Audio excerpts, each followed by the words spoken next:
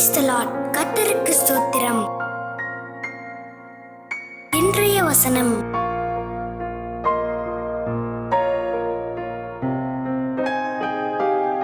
ஏசாயா 33:15 மற்றும் 16 வசனங்கள்.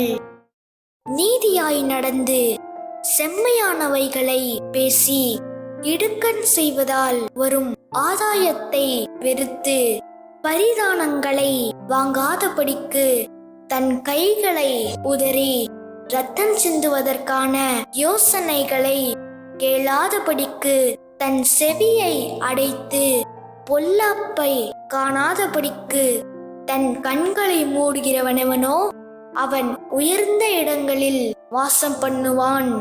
கண்மலைகளின் அரண்கள் அவனுடைய உயர்ந்த அடைக்கலமாகும். அவன் அப்பம் அவனுக்கு கொடுக்கப்படும், அவன் தண்ணீர் அவனுக்கு நிச்சயமாய் கிடைக்கும்.